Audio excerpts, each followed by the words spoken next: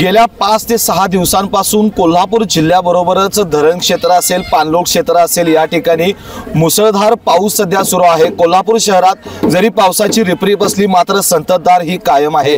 त्यामुळे नद्यांच्या पाणी पातळीत एकीकडे वाढ होत आहे, दुसरीकडे जर बघायला गेलं तर राधानगरी धरणाचे 7 स्वयंचलित दरवाजे जे आहेत ते आता उघडले गेलेले आहेत। त्यामुळे नद्यांच्या पाणी पातळीत मोठी वाढ होण्याची शक्यता गृहीत धरून प्रशासनाने नदीकाठच्या गावांना सतर्कतेचा इशारा दिलेला आहे।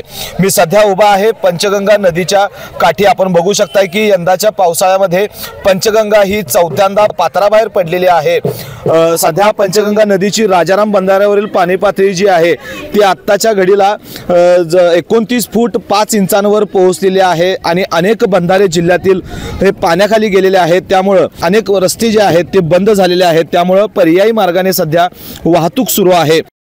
बाळ, फ्रीज मधून श्रीखंड काढ ना। आम्ही पूर्वी घरीच बनवायचो श्रीखंड, त्याची चवच वेगळी होती। आता काय सगळं रेडीमेड। आजी, हे श्रीखंड खाऊन बघ। आज तुझ्या आईनं घरीच बनवलं की काय? हे आहे गोकुळचं श्रीखंड। अगदी जिभेवर रेंगाळणार। जिभेवरच नाही तर मनावरही रेंगाळणार। गोकुळ श्रीखंड, मनावर रेंगाळणार।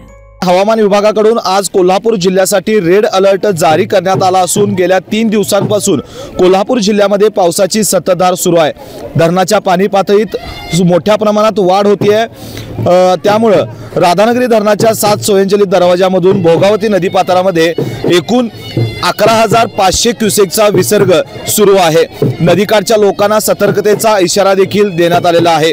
दुसरीकडे वारणा धरणाच्या पाणलोट क्षेत्रामध्ये होत असलेल्या पावसाच्या प्रमाणात वाढ झाल्याने धरणाच्या पाणी पातळीत होणारी वाढ ही मोठ्या प्रमाणात होतीये। जलाशय परिचालन सूचीप्रमाणे धरणाची पाणी पातळी नियंत्रित ठेवण्यासाठी आज सकाळी 10 वाजता 5,000 क्युसेक विसर्ग सुरू करण्यात आलेला आहे।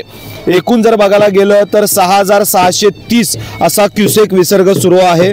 दुसरीकडे दूधगंगा धरणाच्या पाणलोट क्षेत्रामध्ये देखील मुसळधार पाऊस सुरू आहे। त्यामुळे पाण्याची आवक वाढलेली आहे। धरणाची पाणी पातळी झपाट्याने वाढत असून आज सकाळी 10:30 वाजता धरणाच्या सांडव्यावरून नदीपात्रामध्ये 4,000 घनफूट प्रति सेकंद विसर्ग सोडण्यात आलेला आहे। एकूण जर बघायला गेलं तर 5,500 घनफूट प्रति सेकंद विसर्ग नदीपात्रामध्ये सुरू आहे। पावसाचे प्रमाण, पाण्याची आवक याला जर बघितलं तर विसर्ग वाढवण्यात येणार असून त्यामुळे नद्यांच्या पाणी पातळीत जी मोठी झपाट्याने वाढ होणार आहे। त्यामुळे नदीकाठच्या लोकांनी सतर्क राहण्याच्या सूचना प्रशासनाकडून देण्यात आलेल्या आहेत।